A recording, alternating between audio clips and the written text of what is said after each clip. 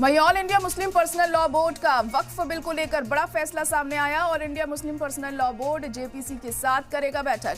Joint parliamentary committee के साथ board बैठक करेगा। पर्सनल लॉ बोर्ड बिल के फायदे और नुकसान पर करेगा चर्चा। वक्फ तरमीमी बिल की बोर्ड करेगा मुखालिफत। ऑपोजिशन पार्टियां और एनडीए दलों को भी बोर्ड ने दी जानकारी। एनडीए के सहयोगी दलों से बोर्ड ने की है ये अपील। माइनॉरिटी के अधिकारों की हिफाजत की अपील की गई। तो all India Muslim personal law board JPC के साथ आज एक बैठक करने वाला है और अहम बैठक इसे माना जा रहा है।